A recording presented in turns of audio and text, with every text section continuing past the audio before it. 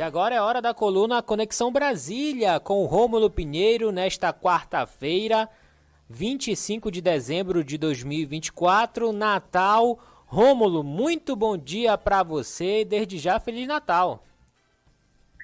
Muito bom dia, meu amigo João Vitor Barra, um dia de Natal, parabenizando a todos e aqui não para, a coluna vem com pouco, vamos em frente. Vamos em frente. Hoje, Rômulo, você vai trazer o tema a seguir: aprovação do pacote de gastos e mudanças nos benefícios ao cidadão. Pois é, meu amigo, a gente sabe que os mercados, inclusive, reagiram muito mal e vêm reagindo muito mal com relação ao corte de gastos no planejamento que o governo vai ter para o ano que vem.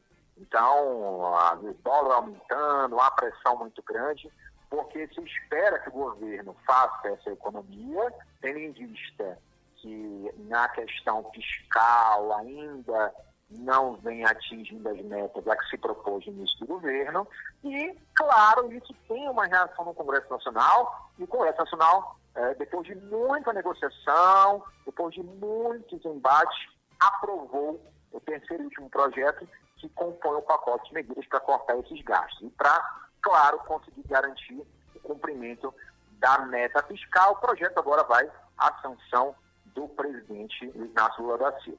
Mas aí, João Vitor, o que ocorre é o seguinte, é que para que isso tenha sido aprovado pelo Congresso, houve liberação de muitas emendas e ontem mesmo o ministro Flávio Dino até suspendeu o pagamento das emendas no Congresso, tendo em vista a falta de transparência e que o presidente da Câmara, Arthur Lira, teria movimentado ou se articulado de forma a manter as emendas diferentemente do que foi determinado no acordo para que assim fosse feito. Enfim, o Congresso debate com o Senado essa questão da liberação das emendas. O que é importante para a gente é que o projeto foi aprovado e, para o cidadão, o que é mais importante é ficar atento às mudanças em vários aspectos, em vários pontos da vida do cidadão do dia a dia. Nós temos, por exemplo, as regras de acesso ao famoso BPC, benefício de prestação continuada. Aqueles benefícios que você sabe, João Vitor, que para receber um benefício da Previdência Social, a pessoa tem que contribuir, né? Ela tem que ter contribuído em algum período da vida, tem as carências, etc. Mas existem benefícios que são pagos para pessoas que não contribuíram, ou seja, benefícios sociais, ou seja, pessoas idosas, com deficiência, esse tipo de coisa, pagos, mesmo que a pessoa não tenha contribuído com a Previdência. Essa é a área da assistência social. Então, isso, na visão do governo, precisou também passar pelo pacote de gastos, de custos, de limitação desses custos, e isso foi a votação aqui no Congresso Nacional. Pois bem, meu amigo, e aí esse é o ponto central do nosso comentário de hoje, porque essas mudanças, elas vão trazer uma dificuldade maior para o acesso às pessoas que precisam dessa assistência social, justamente o elo mais frágil dessa relação. É bom lembrar que o governo também avançou no pacote de gastos sobre outros setores da economia, como militares, não é algo direcionado necessariamente aos mais pobres, o pagamento dessa conta. Mas, de certa forma, a gente percebe que os mais pobres também terão os seus custos, ou seja, os seus prejuízos nesta equação para fechar as contas no governo para o próximo ano. Então, você pode, um exemplo clássico, e aqui é muito fácil de compreensão, a deficiência física, mental, as pessoas que precisam desses benefícios, algumas, por exemplo, não têm possibilidade de retorno, são deficiências que não têm retorno, não são doenças crônicas. E mesmo assim, vão passar por avaliações ou novas avaliações. Em outros casos, João Vitor, o período de carência para que essa avaliação ocorra, ela caiu de 48 meses para 24 meses, ou seja, o governo busca um pente fino nesses benefícios para reduzir essa quantidade, para equilibrar suas próprias contas, mas há um risco muito grande, porque vai se criar, ou se cria a partir da legislação, novos embaraços, se criam novos burocracias para que as pessoas que de fato precisam do benefício tenham acesso a eles. Então, há uma difícil situação, porque, de fato, há pessoas que indevidamente usam esses benefícios e é necessário que haja um controle sobre esse acesso. Por outro lado, muitas e muitas pessoas de fato precisam e vai ser uma burocracia maior para ter acesso a isso. Um exemplo clássico é que, em geral, as deficiências, os laudos constam os graus ou níveis de deficiência que a pessoa tem. Lá, vamos pensar uma doença, aliás, que é muito comum, o autismo, por exemplo. Então, tem níveis moderados, níveis leves, níveis graves, ok? E a proposta, João Vitor, ela limita o pagamento desses benefícios apenas para níveis moderados para cima. Ou seja, o deficiente que é um nível mais leve, ele vai perder esse direito do benefício da prestação continuada. Então, existe ainda uma possibilidade de veto do presidente Lula nesses pontos, mas o que está aprovado nas duas casas já afasta essa concessão de benefício para pessoas de grau leve. E você tem que imaginar que, no caso do autismo ou da síndrome de Down, são circunstâncias que grande parte da síndrome de Down, na certeza, não tem retorno. E mesmo assim, essas pessoas correm risco de perder algum benefício, ou quando não perderão, vão se criar critérios mais burocratizados para continuar mantendo o pagamento desses benefícios. Ou seja, é algo que é preocupante para as associações de defesa desses interesses. Há uma pressão do governo federal, o presidente Lula vete esses pontos, e caso não vete ou vete parcialmente, a gente tem que lembrar que isso vai voltar, caso haja qualquer tipo de veto, o projeto volta para as casas legislativas, ou seja, Câmara e Senado, para a votação sobre o veto do presidente. Em geral, acaba se derrubando o veto do presidente, mantendo a legislação como foi enviada para a sanção.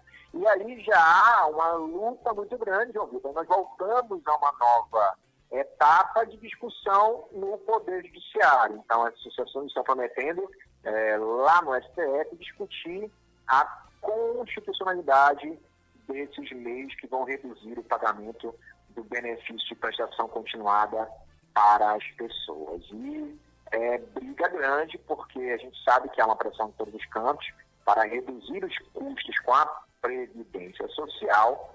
Por outro lado, a assistência social faz parte da Previdência Social, também não pode ser deixada de lado ante o número infindável de pessoas que de fato precisam desses benefícios e mesmo tendo direito, não têm acesso. Imagina, então, pessoas que moram em comunidades afastadas de grandes centros, pessoas que sequer sabem que têm esses direitos, e se criar um cadastro biométrico, por exemplo, como prevê a lei, um cadastro biométrico para a partir daí começar a análise pericial, uma junta médica do INSS.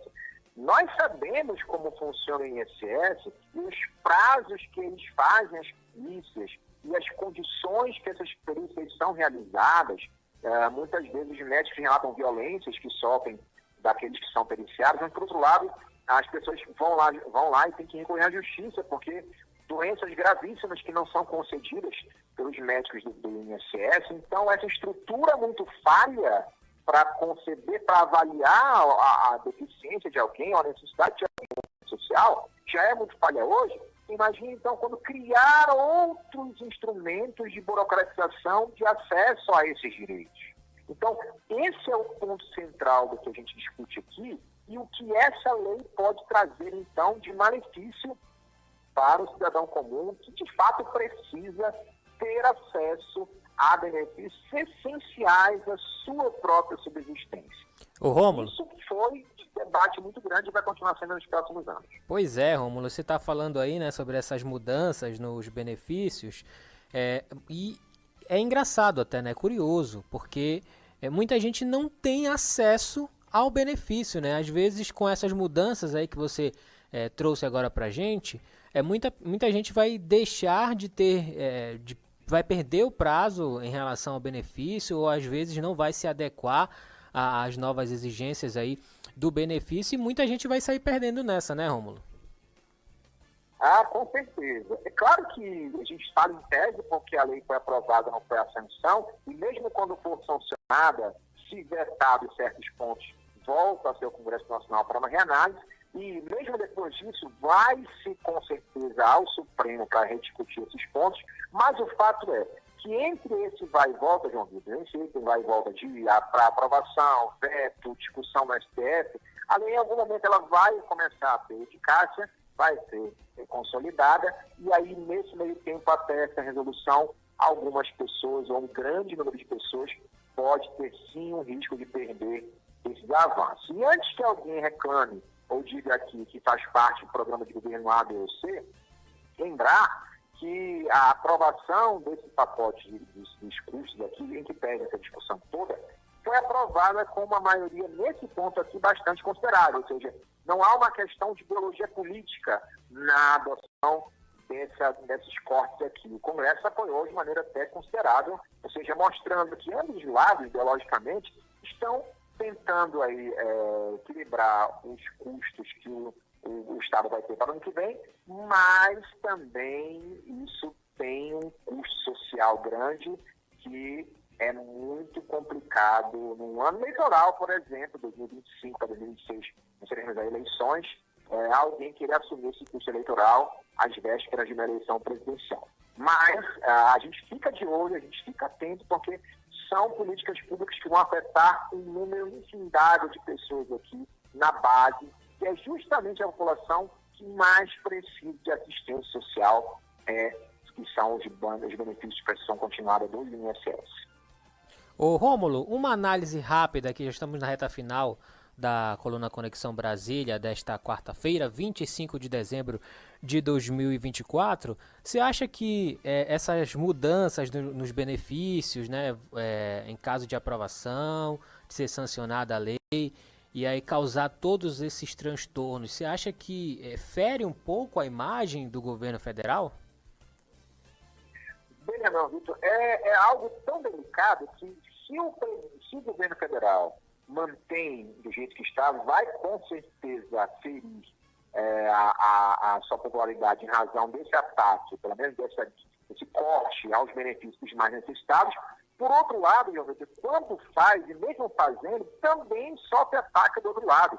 Você vê a especulação dos mercados trazendo o dólar para 6,20, 6,40, hoje está 6,16 reais, ontem estava 6,16, ou seja, o mercado também entende, e aqui de maneira claramente especulativa, que o limite, o corte no discurso ainda é baixo e pressiona o governo para algo maior. Ou seja, o governo nesse ponto perde em ambos os aspectos. Perde com o eleitorado que mais necessita dos benefícios, porque vai ser um corte, mas ainda que faça esses cortes, também perde com a parcela do mercado que entende que é muito pouco. Ou seja, aqui é uma equação em que ele vai perder popularidade em ambos os lados. Aqui é algo que se questiona também a importância e relevância que se dá à posição, à avaliação dos mercados, ou pelo menos daqueles que se dizem representantes dos mercados, mas com relação à popularidade, seja de um lado, meu amigo, ou de outro, o governo sai perdendo nessa equação para tentar equilibrar as contas públicas para encerrar esse governo que vem aí nos próximos 2 anos.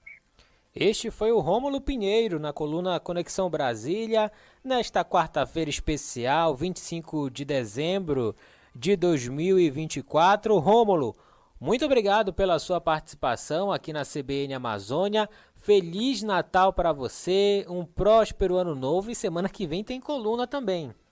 Muito obrigado por esse ano maravilhoso, um abraço a todos da rádio, se Deus quiser, ano que vem, estaremos realmente nesse mês de janeiro. Forte abraço.